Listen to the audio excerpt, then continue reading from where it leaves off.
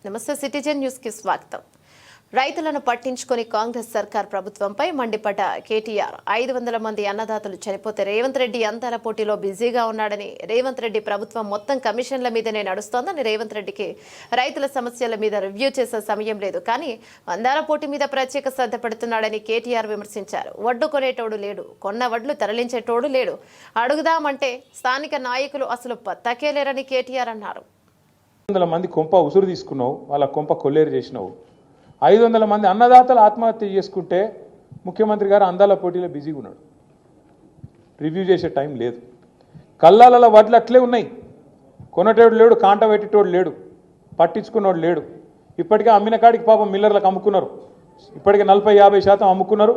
ఆడనో ఈడనో 10% 20% కొన్నారు, కానీ దాన్ని పట్టించుకున్నోడు లేడు. వానలు పడుతున్నాయి, కల్లాలల్లా వడ్లు కొట్టుకుపోయే పరిస్థితి ఉన్నది. ధాన్యం మొలకలెత్తి రైతు ఆగమయ్యి రోడ్డు మీద పడే పరిస్థితి ఉన్నది. అడిగినోడు లేడు, పట్టించుకున్నోడు లేడు.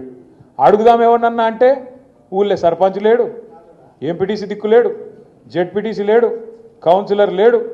కాంగ్రెస్ అని పట్టుకుందామంటే కాగడ పెట్టి ఎతికిన వాడు దొరుకుతలేడు. ఎందుకు బిజీగా ఉన్నారు? ఏడ బిజీగా ఉన్నారు? కాగితాలు పట్టుకొని సెక్రటేరియట్ చుట్టూ గిర్ర గిర్ర గిర్ర తిరుగుతారు.